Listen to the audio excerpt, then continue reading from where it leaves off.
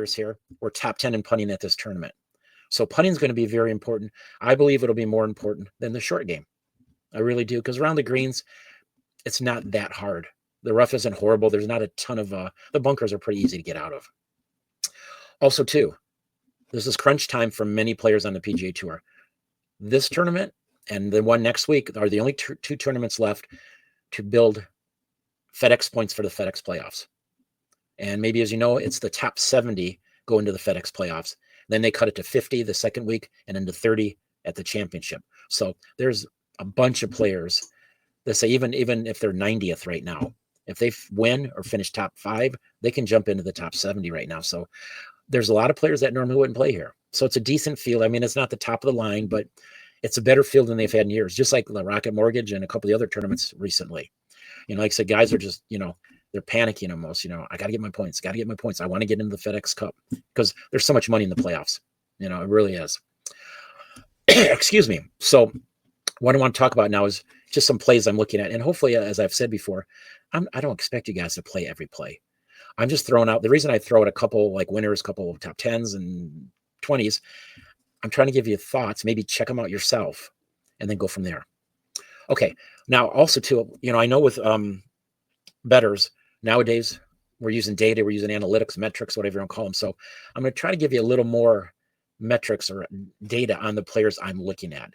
That way, if you look them up and check things out, hopefully it'll make more sense.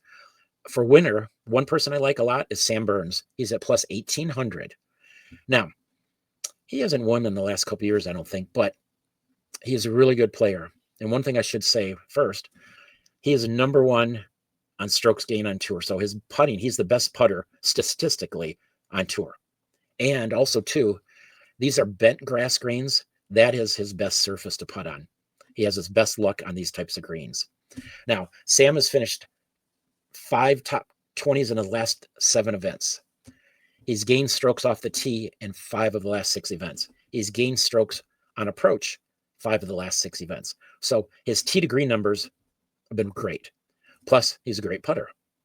And on this course, that's an ideal combination to have what he has. So I'm liking him a lot. I mean, I might even play him top 10 also, but I'm just, right now I'm putting him as a winner.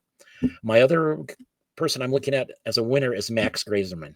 Now, some of you, if you follow golf, he missed the cut at the Scottish Open and the Open. And people are like, why would you play him? Well, he had never played overseas. He had never played over the pond in Scotland or Ireland. So I'm going to give him a little break. He finished on the cut line, I think, on both tournaments. So he wasn't far away from playing on the weekend. But at home, he was second here last year at this tournament. He also has gained strokes approach in 5 straight tournaments before he traveled over the pond. So, like I said, I'm going to discount what happened on the missed cuts over there. He's just a really good ball striker, a really good putter. So I believe he's going to, like I said, he played second last year. He should have another good tournament. Now, top 10s. I'm looking at Michael Thor Bjornsson. Long name again, I know. He's at plus 330 for top 10. He's had 3 straight top 20s. He's gained strokes off the tee in 5 of 6. Have you ever seen him hit the ball? He pounds it. But he's very accurate, too. He's gained strokes on approach and putting in 3 of his last 4. So his game's well-rounded right now, and he's getting a chance now to play more and more events now that he's got his card. If you haven't seen him play, check him out when you can. I mean, this young man's got game. And I mentioned this a couple weeks ago. He has a new caddy, JJ Jakovic, who used to be Colin Morikawa's caddy. He's making a huge difference with Michael because he knows all the golf courses. Michael hasn't played many of these courses.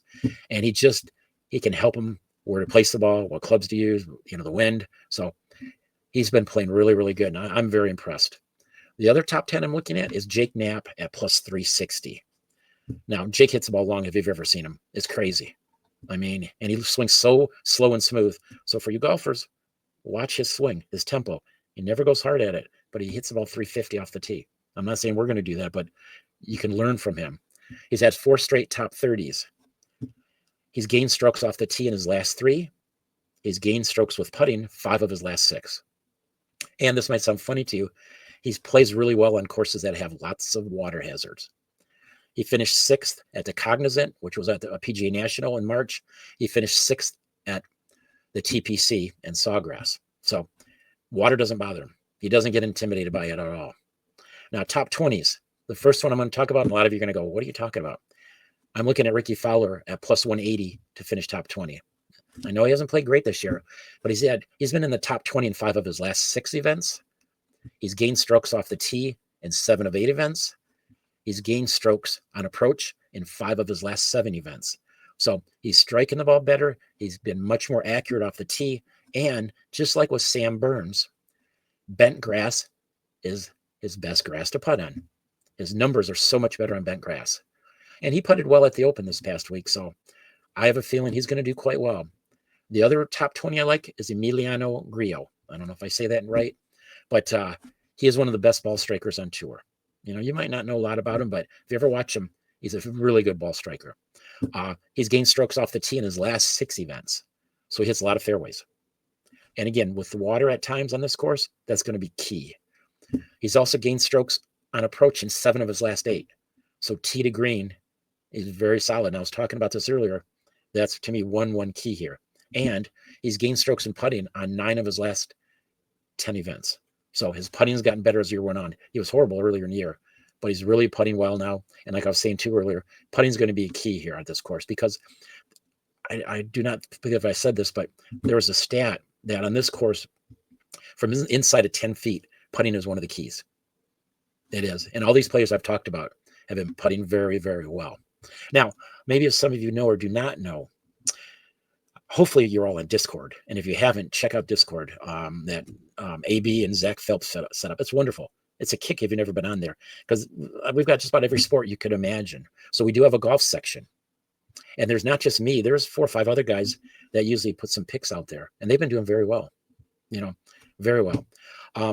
What I do each week, I'll also either put out some matchups, like for round by round, or I started last week at the Open doing some score things like under 70.5, over 70.5, things like that. And I found that to be fun. And I didn't do great on Saturday that way. I think I was 1-1-1, but I had one play on Sunday, and I knew it was going to be a cash. I shouldn't brag about this, but Wyndham Clark was under 70.5 strokes, minus 115. He shot 66. So he blew away that. And I knew he was going to. I shouldn't say that. I know it's easy after fact, but I knew he was going to blow that away. Friday, I only had one matchup play. I had Shane Lowry over Colin Morikawa.